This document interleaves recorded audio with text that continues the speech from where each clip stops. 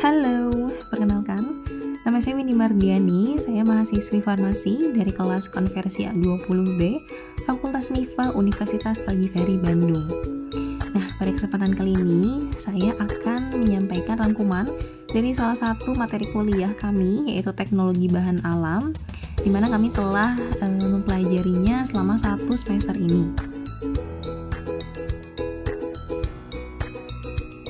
Untuk cakupan materi yang akan saya sampaikan kali ini, yaitu terdiri dari pendahuluan, kemudian ada penanganan pasca panen, lalu ada standarisasi simplisia dan ekstrak, parameter mutu simplisia, dan yang terakhir yaitu proses ekstraksi bahan alam.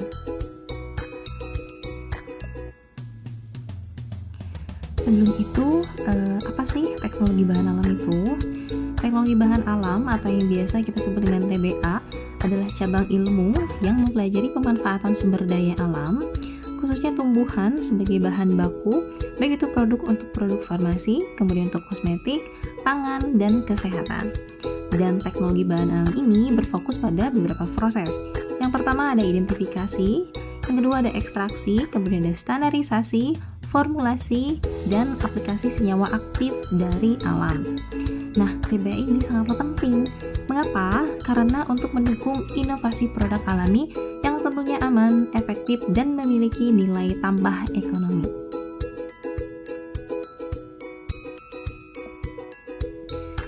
Lalu, ilmu dasar yang menopang pengembangan obat tradisional ini ada 3. Yang pertama ada farmakognosi. Nah, farmakognosi ini adalah studi tentang bahan alam, yaitu terdiri dari tanaman, kemudian hewan, ataupun mikroba yang dapat dijadikan obat.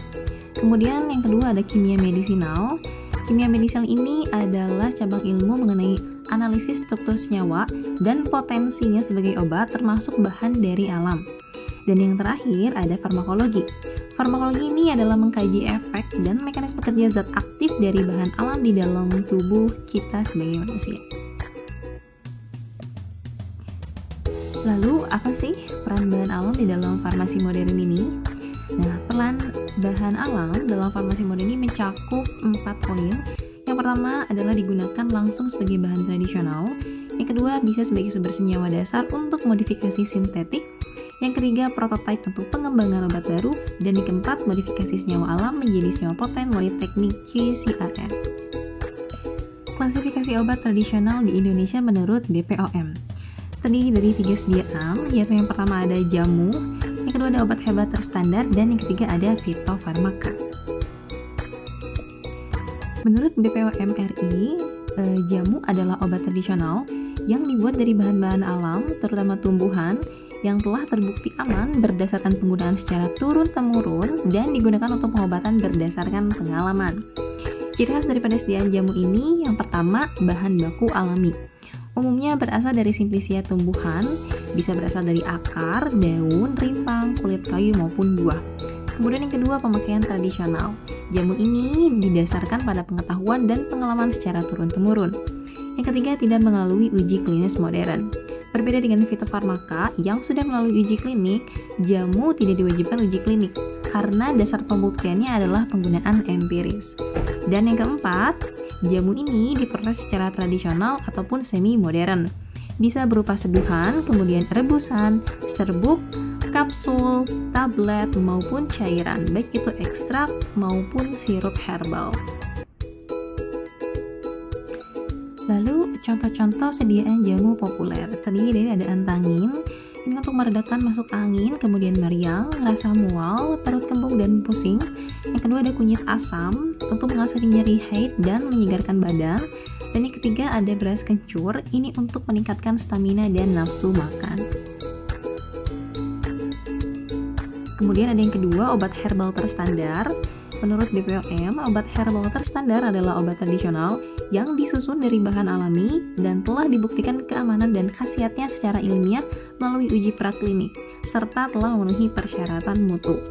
Karakteristik obat herbal terstandar ini ada dari beberapa aspek. Yang pertama, dasar penggunaan. Berdasarkan data ilmiah dari uji praklinik, biasanya pada hewan coba. Kemudian bahan baku. Bahan baku pada obat herbal terstandar ini sudah terstandarkan pula, mengandung marker atau senyawa aktif dalam kadar tertentu. Lalu uji keamanan dan khasiat. Sudah dilakukan uji praklinik, tetapi belum dilakukan uji klinik terhadap manusia. Lalu ada mutu produk. Mutu produk dari OHT ini sesuai standar mutu, baik itu dalam kadar, kebersihan, dan bebas kontaminan. Dan yang terakhir, regulasi. Didaftarkan di BPOM sebagai OHT dan bukan sekedar jamu. Contoh produk obat herbal terstandar ini ada yang pertama tolak angin. Ini untuk meningkatkan daya tahan tubuh. Kemudian ada mastin untuk membantu memelihara daya tahan tubuh. Dan yang ketiga ada lelap. Ini untuk meningkatkan kualitas tidur. Yang ketiga ada fitofarmaka. Fitofarmaka ini adalah obat tradisional yang telah dibuktikan secara ilmiah keamanan dan khasiatnya melalui uji praklinik dan uji klinik serta memenuhi persyaratan mutu seperti halnya obat konvensional. Karakteristik daripada fitofarmaka ini terdiri dari pertama bahan baku. Fitofarmaka bahan bakunya menggunakan herbal alami yang telah terstandar, misalnya ekstrak temulawak dan sambiloto. Kemudian uji ilmiah telah melalui uji praklinik pada hewan dan uji klinik pada manusia.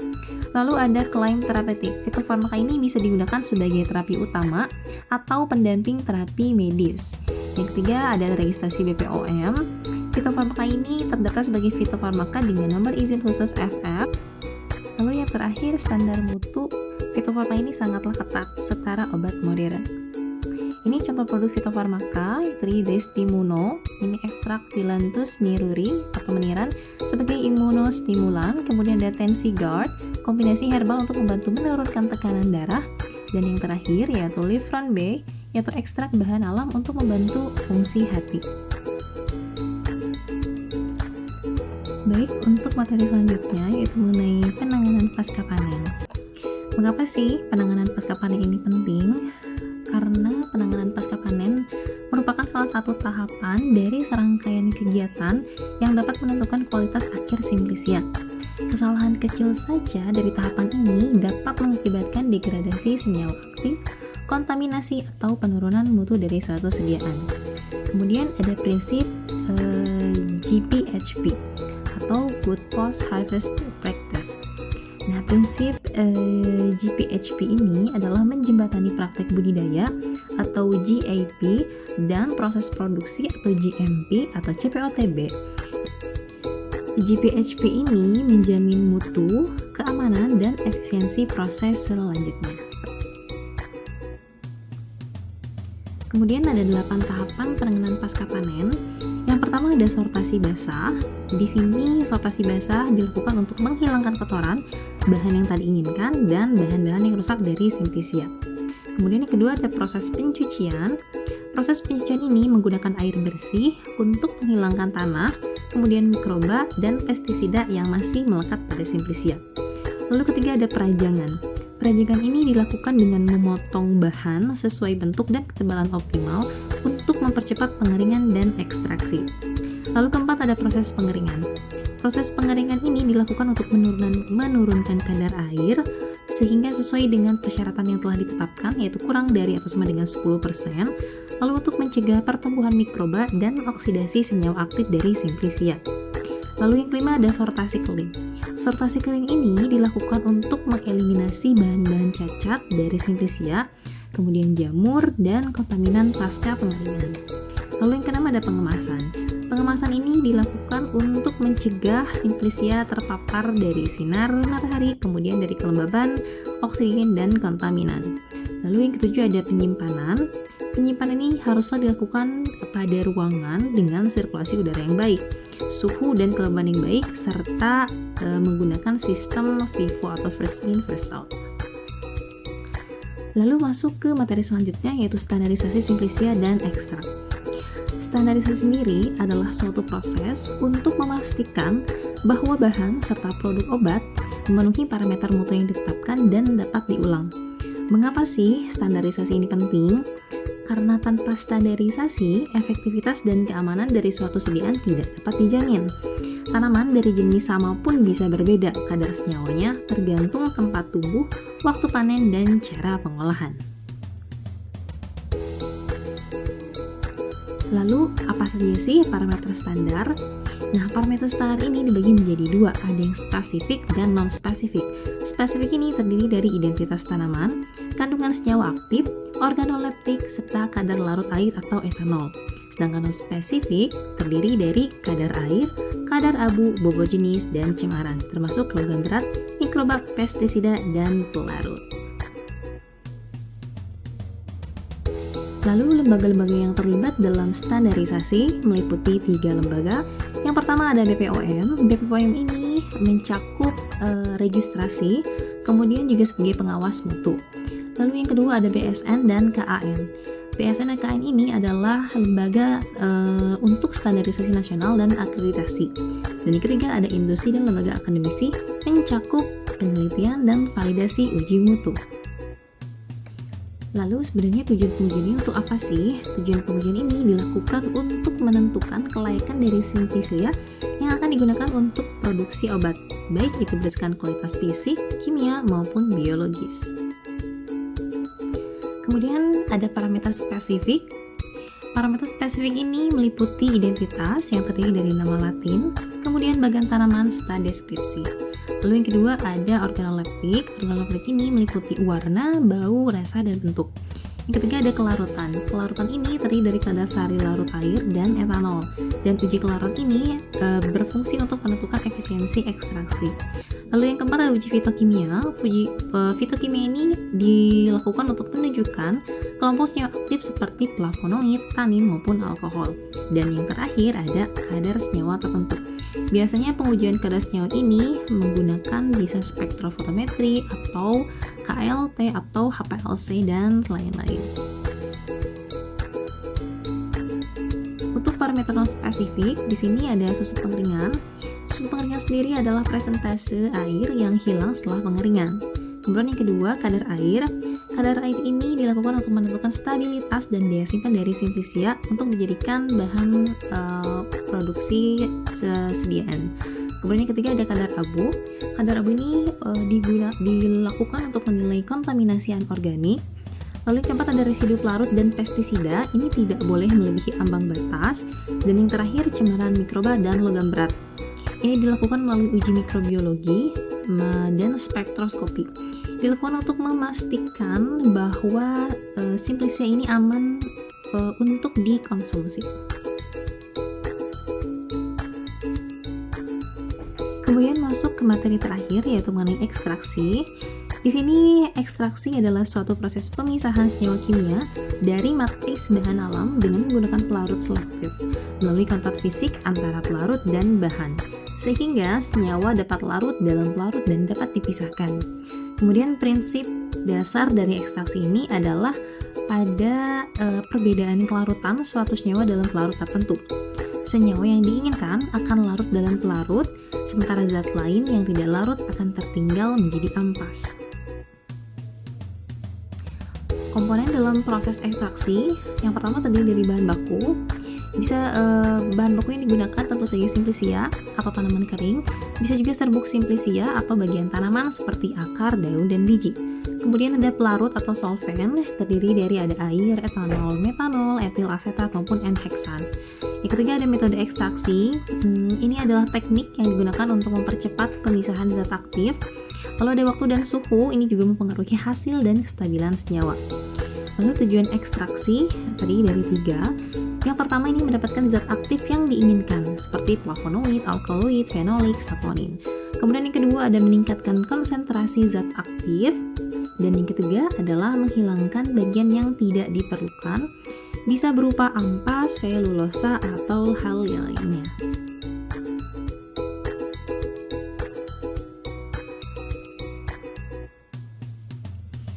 Lalu untuk jenis pelarut yang digunakan dalam ekstraksi ini terdiri dari 3 jenis. Yang pertama ada pelarut polar.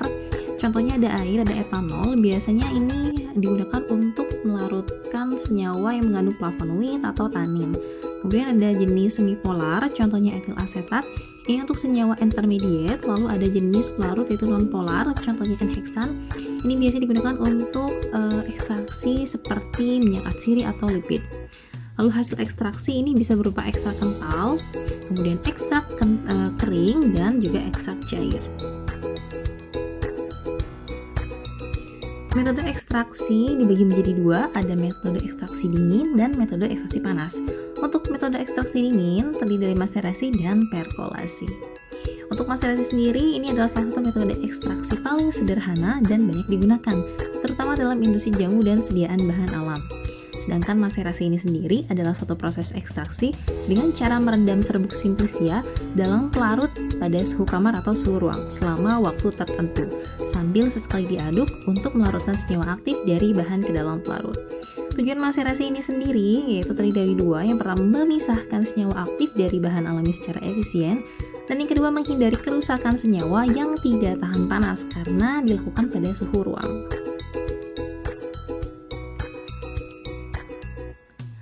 Untuk tahapan maserasi terdiri dari 7 tahap. Yang pertama, persiapan bahan. Simplicia dikeringkan dan digiling menjadi serbuk, lalu melakukan proses penimbangan sesuai rasio bahan pelarut, misalnya 1:10 atau 1:20. Lalu dilakukan perendaman atau maserasi. Serbuk direndam dan pelarut dalam pelarut wadah tertutup. Kemudian yang keempat, ada pengadukan berkala. Ini diaduk sesekali untuk mempercepat pelarutan senyawa. Lalu untuk waktu maserasi sendiri ini biasanya 3-5 hari tergantung bahan dan pelarut. Yang keenam, ada penyaringan. Penyaringan ini setelah filtrat atau larutan berisi senyawa yang aktif ini didapat, dipisahkan dari ampas, dan lalu terakhir proses penguapan dan pengeringan. Untuk kelebihan dan kekurangan dari maserasi, keunggulan dari maserasi ini, pertama, metodenya sederhana karena tidak memerlukan alat kompleks. Lalu yang kedua, cocok untuk skala kecil dan menengah, dan ini banyak digunakan dalam skala laboratorium dan industri jamu tradisional. Lalu juga tidak merusak senyawa yang mudah rusak pada suhu yang panas karena tidak menggunakan panas yang tinggi. Sedangkan untuk kelemahan, maserasi ini membutuhkan waktu yang lama, bisa memakan waktu beberapa hari. Lalu efisiensi yang kurang tinggi, tidak selektif terhadap metode panas atau modern.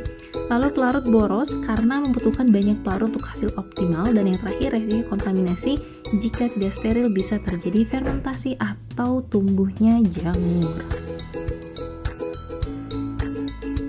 Yang kedua, ada perkolasi. Perkolasi adalah metode ekstraksi di mana pelarut dialirkan secara lambat dan berkesinambungan melalui serbuk simplicia yang telah dibasahi dan dipadatkan dalam tabung perkolator sehingga senyawa aktif larut dalam pelarut dan terkumpul sebagai filtrat atau perkola. Lalu prinsip dari perkolasi ini adalah ekstraksi terjadi berdasarkan prinsip difusi dan pelarutan, di mana pelarut secara kontinu melewati lapisan simplicia, melarutkan senyawa aktif dan menghasilkan perkolat yang mengandung zat berkhasiat.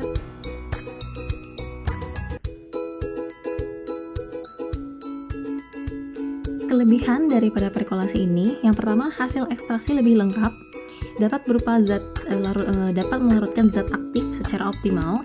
Kemudian yang kedua, cocok untuk produksi dalam skala besar. Yang ketiga, pelarut lebih hemat dibandingkan metode maserasi. Dan yang keempat, proses lebih higienis dan terkontrol. Lalu untuk kekurangan dari perkolasi ini, yang pertama, perlu alat khusus atau perkolator. Kemudian tidak cocok untuk bahan yang mengembang atau menggumpal saat basah, misalnya lendir, polisakarida tinggi. Lalu proses awalnya agak sulit dan butuh ketelitian karena membutuhkan pemadatan serbuk, kemudian laju aliran pelarut, dan lain-lain. Untuk metode ekstraksi panas terdiri dari reflux, kemudian ada sokletasi, digesti, dan dekoktasi serta infusa. Untuk reflux sendiri adalah suatu metode ekstraksi dengan pemanasan berulang dalam sistem tertutup, di mana pelarut diuapkan, kemudian dikondensasikan, dan dikembalikan ke sistem untuk melarutkan senyawa aktif dari bahan. Prinsip kerja dari metode reflux ini adalah ekstraksi dengan panas yang kontinu tanpa kehilangan pelarut. Kemudian, karena pelarut mengalir dalam siklus uap, kondensat, dan ekstraksi. Hal ini meningkatkan efisiensi pelarutan senyawa aktif, terutama yang sukar larut atau memerlukan suhu tinggi untuk diekstraksi. Lalu ini adalah bagian-bagian dari alat reflux. Terdiri dari adalah bubundar, kemudian ada kondensor, ini biasanya Liebig atau Vigrux. Kemudian ada pemanas berupa hot plate atau water bath, dan yang terakhir ada statif dan klem untuk penyaga alat dan wadah hasil dari ekstraksi. Untuk kelebihan dan kekurangan dari reflux, yang pertama ini efisiensi tinggi karena pelarut yang digunakan terus-menerus dalam sistem. Kemudian cocok untuk senyawa yang sulit larut. Suhu panas dalam metode ini membantu pelarutan zat aktif. Lalu yang ketiga, tidak boros pelarut, karena pelarut ini dikondensasikan dan tidak menguap keluar. Lalu proses ini berlangsung cepat dibandingkan maserasi atau perkolasi.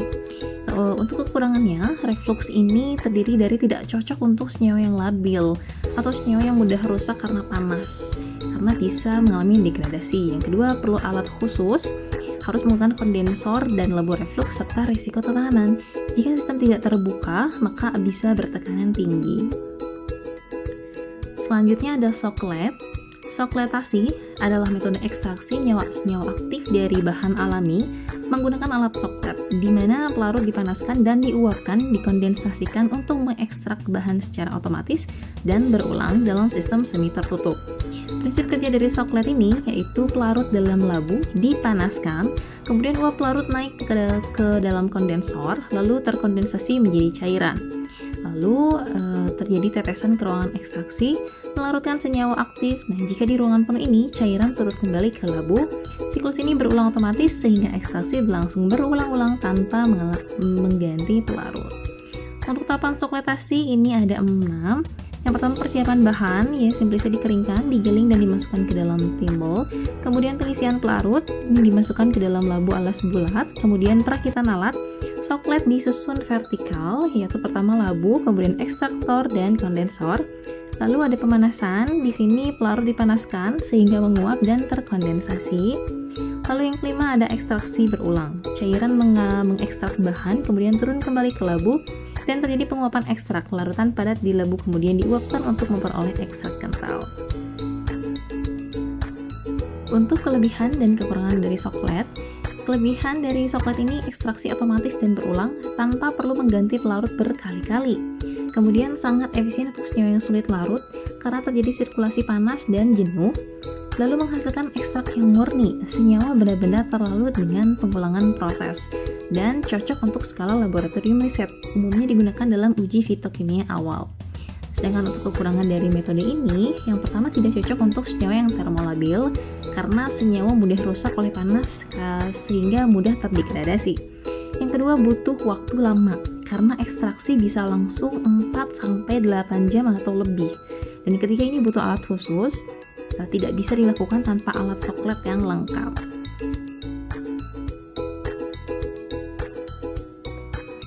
Metode selanjutnya ada digesti. Digesti ini adalah proses ekstraksi dengan cara merendam serbuk simplisia dalam pelarut yang dipanaskan di bawah titik didih pelarut, dengan tujuan untuk mempercepat pelarutan senyawa aktif tanpa merusak senyawa yang sensitif terhadap panas tinggi. Prinsip kerja dari digesti adalah perendaman bahan dalam pelarut seperti maserasi, tetapi disertai pemanasan ringan, yang bertujuan untuk mempercepat difusi senyawa aktif ke pelarut dan meningkatkan kelarutan senyawa tertentu yang larut lebih baik pada suhu hangat. Lalu kelebihan dan kekurangan digesti. Yang pertama, kelebihannya adalah lebih cepat dari maserasi karena suhu hangat mempercepat difusi senyawa. Lalu lebih aman dari reflux dan sokletasi karena suhu yang digunakan lebih rendah, cocok untuk bahan semi termolabil dan tidak butuh alat khusus, cukup dengan pemanas ringan dan wadah tertutup. Sedangkan untuk kekurangan digesti ini, yang pertama resiko degradasi jika suhu terlalu tinggi karena senyawa aktif dapat rusak jika overheat. Kemudian tidak cocok untuk skala besar, lebih sesuai untuk laboratorium atau skala kecil dan tidak otomatis atau harus diawasi dan diaduk secara manual. Dan yang terakhir ini ada dekok. Metode dekok ini adalah ekstraksi simplisia dengan perebusan dan dalam air mendidih selama waktu tertentu untuk mengambil zat aktif yang larut dalam air dan tahan panas. Prinsip kerja dari dekok ini adalah air sebagai pelarut ini mendidih, kemudian memecah dinding sel tanaman. Lalu senyawa aktif larut ke dalam air menghasilkan larutan ekstrak. Setelah selesai, kemudian disaring dan cairan hasil disebut dekoktum. Selain dari dekok, ada juga metode infusa. Infusa ini adalah sediaan cair yang diperoleh dengan menyiram simplisia dengan air panas, kemudian didiamkan selama waktu tertentu, kemudian disaring dan digunakan sebagai obat atau minuman herbal. Prinsip kerja dari infusa ini adalah air panas akan melunakkan sel tanaman, kemudian senyawa aktif larut ke dalam air. Proses tidak melibatkan perubahan, cocok untuk senyawa termolabil yang mudah rusak oleh panas. Nah, ini perbandingan dari dekok dan infus. Ada beberapa aspek Dari aspek cara, infusa ini diseduh tanpa direbus, sedangkan dekok direbus dalam air. Kemudian suhu yang digunakan untuk infusa 90-95 derajat dan tidak mendidih, sedangkan dekok 100 derajat dan mendidih. Kemudian dari durasi, metode infusa ini biasanya memakan durasi 15-30 menit, sedangkan untuk dekok 15-60 menit. Dan senyawa-senyawa yang cocok yang digunakan biasanya untuk infusa ini adalah daun, bunga herba, sedangkan untuk dekok akar, rimpang, dan biji kulit. Untuk senyawa-senyawa yang biasanya digunakan metode infusa ini adalah senyawa-senyawa yang lebih panas serta larut air, sedangkan dekok adalah yang tahan panas dan larut air. Baik, setelah materi telah saya sampaikan, kesimpulan yang saya dapat ambil yaitu adalah obat tradisional berbahan alam bukan sekedar warisan leluhur, melainkan hasil dari proses ilmiah yang sistematis dan terstandar. Melalui pendekatan ilmiah atau TBA, serta proses yang terstandar dari hulu ke hilir, mulai dari pemilihan tanaman, kemudian pasca panen, uji mutu hingga ekstraksi, obat herbal Indonesia diharapkan dapat bersaing secara global. Dan dengan mengintegrasikan kearifan lokal dan inovasi modern, kita dapat membangun masa depan sehat yang lebih alamiah dan aman serta terpercaya.